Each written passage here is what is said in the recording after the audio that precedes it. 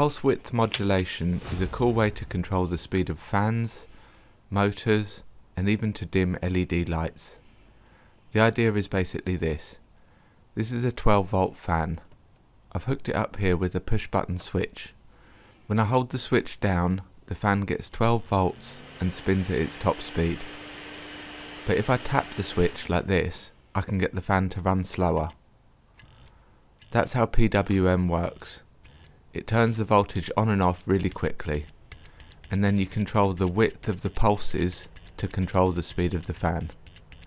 PWM is really efficient because it only uses electricity when the switch is closed. When the switch is open, you're not wasting anything. A really common way to do PWM is with one of these. This is called a 555 timer IC. It's one of the most widely used ICs because it's really useful. And one of the things you can do with it is PWM. In this video I'm going to show you what you need to know to use a 555 timer to do PWM and to design your own circuits. Once you understand a few concepts, it's really not that difficult. The 555 timer has 8 pins and they're numbered like this. But when you see it in a circuit diagram, the pins are often drawn in a different configuration, like this. It seems weird at first, but it makes it easier to draw circuit diagrams with it. Let me explain. Pin 8 connects to a positive voltage, for example 12 volts. Pin 1 connects to 0 volts. Easy enough so far. Pin 3 is the output. This is where we'll get the PWM signal. Pins 6 and 2 are the threshold and trigger pins.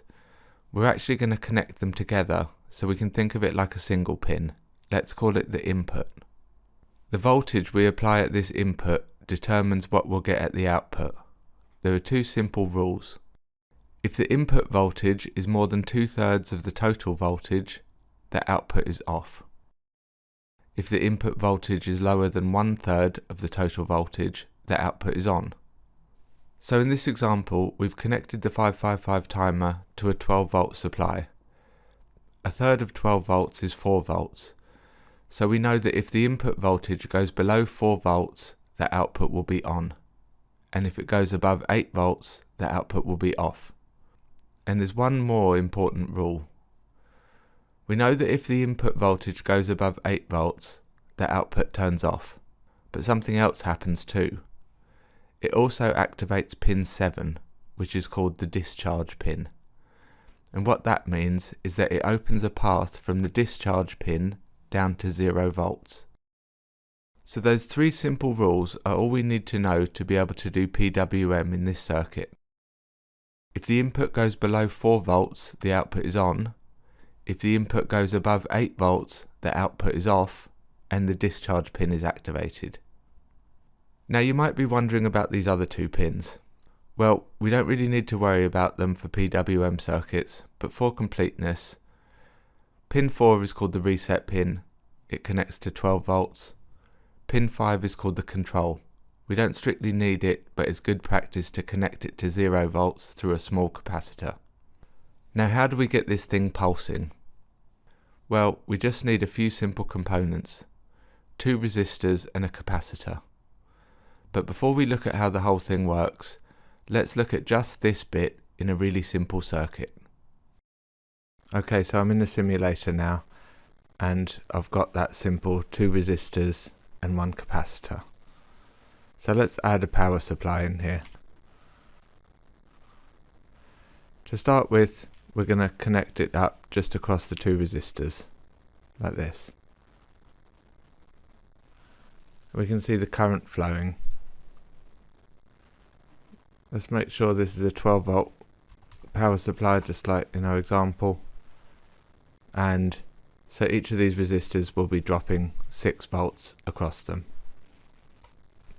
Now let's connect through the whole thing, but what I'm going to do first is I'm going to add a scope onto this so that we can actually see the voltage in this capacitor, because this is interesting. So when I connect it,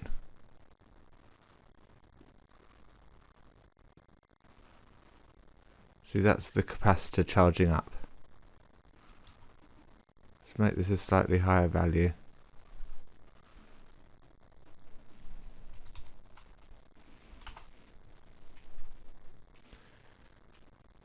Now we could make a little bypass switch. Let's add a switch in here. Let's open the switch.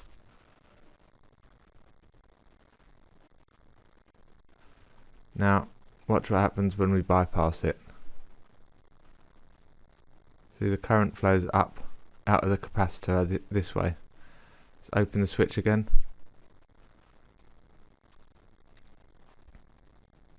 As the capacitor fills up, the current can't flow anymore.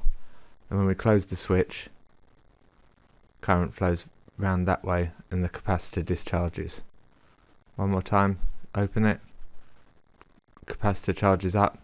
When we close it, it flows up that way. So that's cool. Let's add a 555 timer in.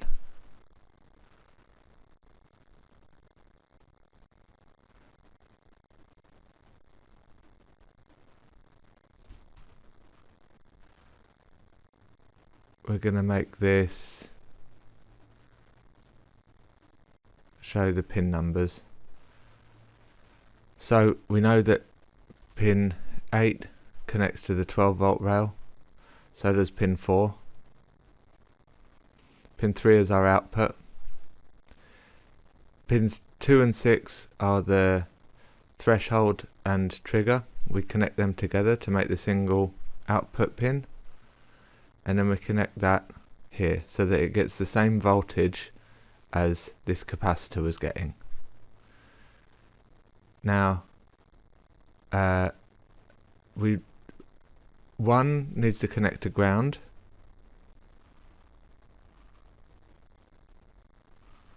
And 5 needs to connect to ground as well, but through a capacitor. Let's make that a tiny capacitor. Let's make it 10 nanofarads.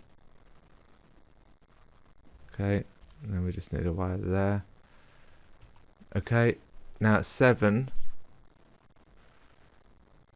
is the discharge pin. Remember, when the voltage goes high enough, the discharge pin opens, and it opens down to ground. So we'll connect that. But what we want to do, first we want to get a scope on pin 3, and to do that in this simulator you can't just put a scope on this. You need to actually connect it to ground so that there'll be a voltage across it, and we don't want it messing up the circuit. So what we're going to do is we're going to connect it to ground, but through a really high value resistor. So let's make this let's say a 1 megohm resistor. And then we can add this, add to existing scope. So now if we just connect this last wire, let's see if it works. Okay. Now we can see that the capacitor charging and discharging is triggering the square wave on pin 3. So that's working exactly as expected, and as it hits the top you can see that it opens this pin 7. You can see the current flowing in there and it going backwards, just like when we were bypassing that circuit. So that's pretty cool. Now the observant among you will have noticed that this isn't actually a pulse width modulation circuit yet, because we're not actually modulating the pulse. We're just generating a square wave. So the trick to modulating the pulse is we want to be able to control the charging and discharging of the capacitor to make one longer and one shorter. So the trick to doing that is using a potentiometer in place of this resistor. So let's add one of those in. Potentiometer. Just like that. Let's add the wiper blade there. Oh. Can I make that a bit bigger? What's up with that? There we go. So now, obviously, we can change the resistance on each side of the wiper blade by moving the potentiometer. That would be like turning the potentiometer knob on a speed control knob. And then we want the charging to happen through one half of it and the discharging to happen through the other half of it. And the way we do that is with diodes, which will only allow the flow of current one direction. So let's add a diode in here and then another diode there. Okay, now you'll notice that the charging is all happening through this half of the potentiometer and the discharging is happening through this half. So now moving the potentiometer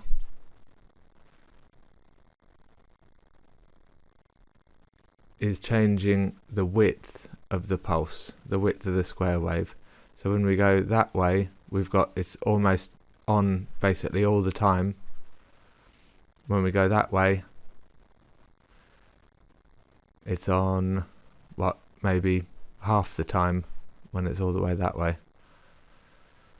We can actually mess about with this a bit more. For example, this is at the moment, this potentiometer is a 1K potentiometer. We could potentially make that a 10K. That's going to be really slow now because it takes so long for the current to drain through that. But we could make it quicker by making this capacitor smaller. So let's make this 1.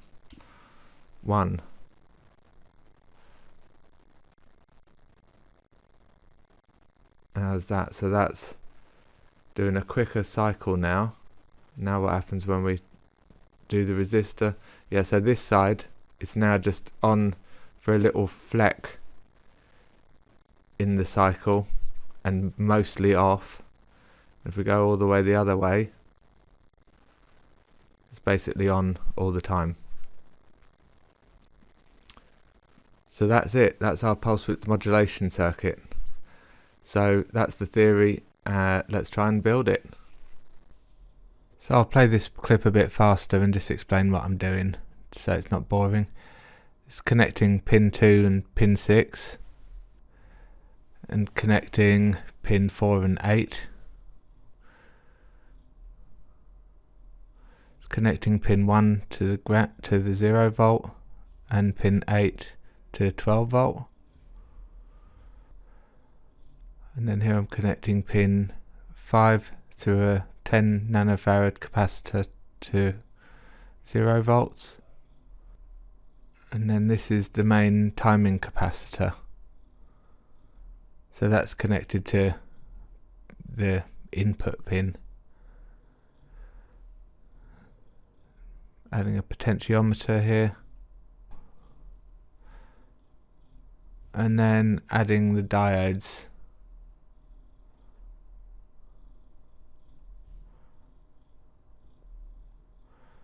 And connecting the wiper blade, the middle pin of the potentiometer to pin 7,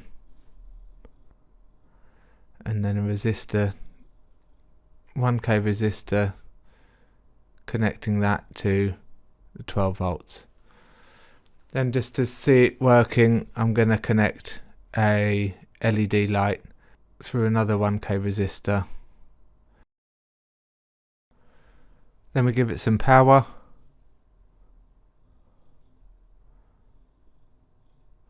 (12 volts on the red rail, 0 volts on the blue. The LED lights, and we can control the brightness. Then just to really labour the point, we're going to add a oscilloscope to actually see what kind of pulse we're getting. So bear in mind that this PWM circuit is only one part of a bigger circuit. In order to do something useful with it, other than powering a single LED, you'll probably want at least another few components. For example, to dim a strip of LED lights, you wouldn't want to take all the power just from the pin 3 output of the 555 timer. Instead, you'd want the output to be triggering a MOSFET to turn on a switch that can handle much more power. Similarly, for a motor, you would want to be powering the motor through a MOSFET. Make sure you also learn about flyback diodes before you power a motor, or you can fry your MOSFET. I'm going to leave this video here for now, and I hope that's been useful for some of you. If you do want to see this 555 timer in a more useful circuit, then let me know in the comments below.